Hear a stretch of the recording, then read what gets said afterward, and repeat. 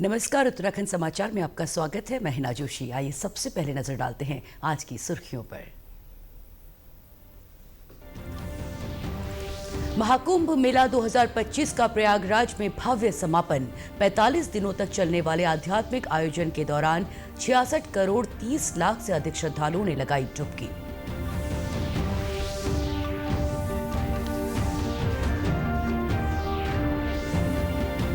त्योहारी सीजन पर मिलावटखोरों के खिलाफ प्रदेश भर में अभियान। सचल वाहनों में भी सैंपलिंग की व्यवस्था।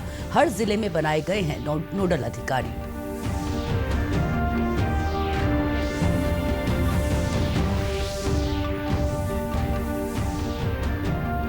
और देहरादून जिले की आसन झील में प्रवासी पक्षियों के प्रवास ने पर्यटकों को किया आकर्षित। हर साल देश विदेश के दुर्लभ पक्षियों का पसंदीदा क्षेत्र बनकर उभरा है आसन वेटलैंड कंजर्वेशन रिजर्व क्षेत्र। और अब समाचार विस्तार से।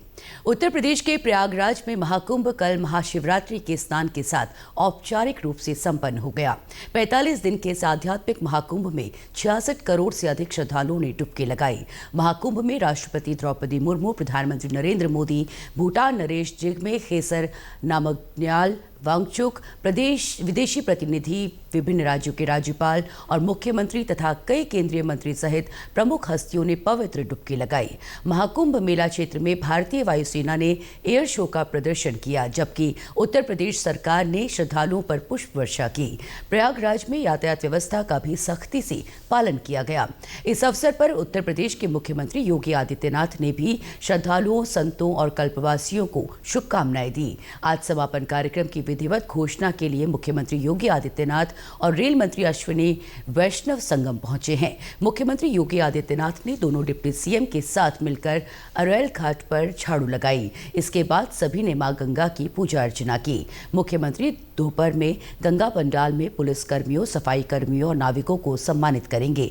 वहीं महाकुंभ के समापन के बाद रेल कर्मचारियों और अधिकारियों का प्रोत्साहन करने और उपलब्धियों को गिनाने के लिए रेल मंत्री अश्विनी वैष्णव सुबह प्रयागराज जंक्शन पहुंचे। यहां उन्होंने ऑब्जर्वेशन रूम, कंट्रोल टावर आदि का निरीक्षण किया। इसके बाद वो उत्तर रेलवे के प्रयाग स्टेशन पहुंचे। इस दौरान रेल मंत्री अश्विनी वैष्णव ने मीडिया से बातचीत करते हुए कहा कि मैं प्रधानमंत्री नरेंद्र मोदी और मुख्यमंत्री योगी आदित्यनाथ का धन्यवाद करना चाहता हूं, जिनके नेतृत्व में इतना भव्य आयोजन हुआ। उन्होंने कहा कि सबसे सहयोग से रेलवे ने घनिष्ठ समन्वय के साथ काम किया है। 16,000 से अधिक ट्रेनें चलाई गई हैं। समरसता का हमारे भारत में, हमारी सभ्यता में एकता का संदेश है। इसमें मैं धन्यवाद देना चाहूँगा माननीय प्रधानमंत्री श्री नरेंद्र मोदी जी को। उनके नेतृत्व में इतना ज़बरदस्त आयोजन हुआ। सबके सहयोग से रेलवे ने सबका एक साथ मिलकर एक बहुत क्लोज कोऑर्डिनेशन के साथ काम हुआ और उस क्लोज कोऑर्डिनेशन के कारण जहां हमने 13,000 ट्रेन की प्लानिंग की थी, 16,000 से ज़्यादा ट्रेन, 16,000 से ज़्यादा ट्रेन चलाई। करीब 4.5 से 5 करोड़ के आसपास श्रद्धालुओं को लेके इसमें संगम में और महाकुंभ के दर्शन के लिए ला पाए। क्लोज कोऑर्डिनेशन रहा राज्य की पुलिस के साथ, आरपीएफ का, जीआरपी का और जो रैपिड एक्शन फोर्स वगैरह जो लगी, सबका क्लोज कोऑर्डिनेशन रहा। एक भी लोग को फेल नहीं हुआ। राज्य सरकार ने त्योहारी सीजन को देखते हुए मिलावटखोरों के खिलाफ प्रदेश भर में व्यापक अभियान चलाने के निर्देश दिए हैं। खाद्य संरक्षा एवं औषधि नियंत्रण प्रशासन के आयुक्त डॉक्टर आर राजेश कुमार ने बताया कि राज्य सरकार के निर्देशों पर होली त्योहार के दौरान मिलावटी उत्पाद बेचने वालों के खिलाफ कड़ी कार्रवाई होगी। प्रशासन ने मिलावटखोरों से निपटने के लिए छापेमार दस्तों और सचल वाहन टीमों का गठन किया है। स्वास्थ्य सचिव डॉक्टर आर राजेश कुमार का कहना है कि विभाग की प्राथमिकता आम लोगों को गुणवत्तापूर्ण और मिलावट रहित उत्पाद उपलब्ध कराना है। विभाग के अपर आयुक्त एवं ड्रग कंट्रोलर ताजबर जग्गी का कहना है कि गढ़वाल और कुमाऊं मंडल में छापेमारी अभियान लगातार जारी है। विभाग ने विजिलेंस सेल का गठन किया है। यहां शिकायत मिलने पर कार्रवाई की जाती है और साथ ही सर्विलांस के माध्यम से भी मॉनिटरिंग की जा रही है। उन्होंने बताया कि हर जिले में नोडल अधिकारी बनाए गए हैं और वो फूड इंस्पेक्टर के माध्यम से विभिन्न प्रतिष्ठानों में छापेमारी कर सैंपलिंग कर रहे हैं। वहीं सचल वाहनों में भी सैंपलिंग की व्यवस्था की गई है। धीरे धीरे मौसम गर्म होने लगा है। इसका असर पक्षियों के प्रवास पर भी देखने को मिल रहा है। देहरादून जिले के विकासनगर की आसन झील में प्रवास पर आए विदेशी पक्षी अब अपने अपने गंतव्य की ओर लौटने लगे हैं। हजारों किलोमीटर की यात्रा तय कर भारत आने वाले ये पक्षी अब धीरे धीरे झील को अलविदा कह रहे हैं। इस बार भी वन विभाग की सतर्कता और पर्यटकों की बढ़ती दिलचस्पी के बीच ये खूबसूरत नज़ारा हर किसी के लिए आकर्षण का केंद्र रहा है।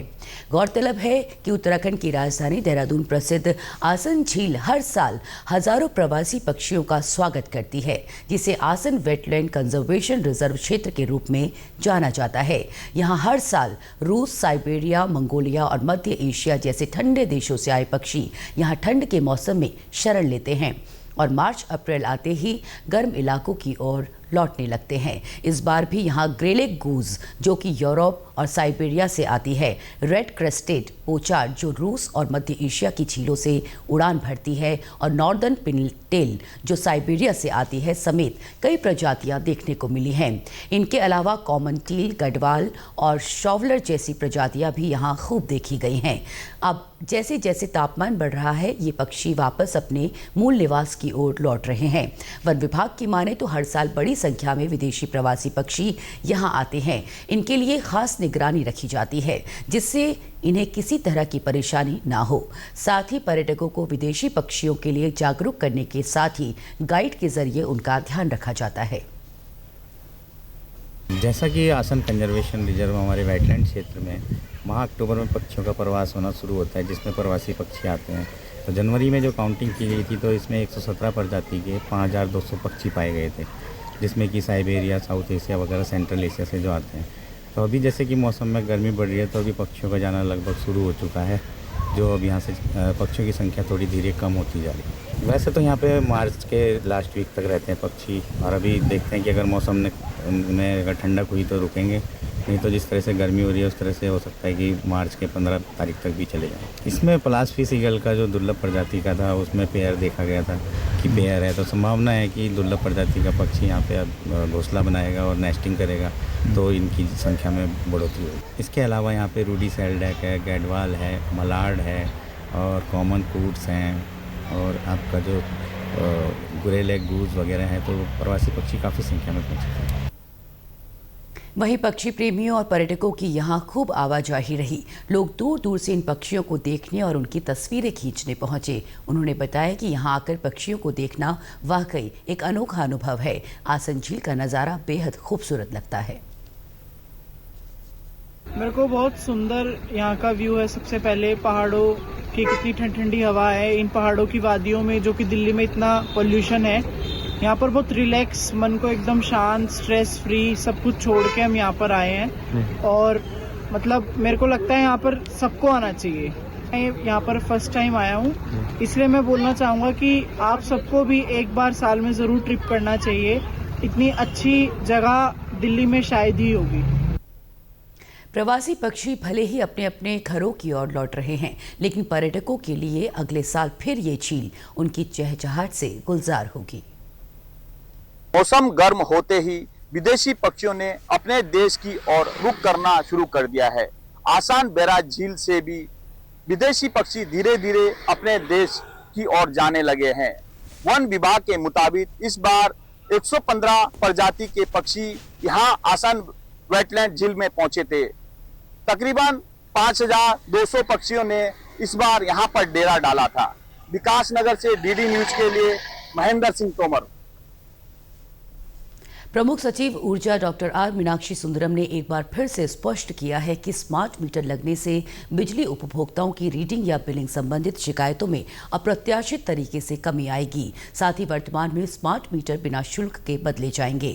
उन्होंने कहा कि स्मार्ट मीटर अत्याधुनिक बिजली मीटर है, जिसका कंट्रोल उपभोक्ता के हाथ में रहता है।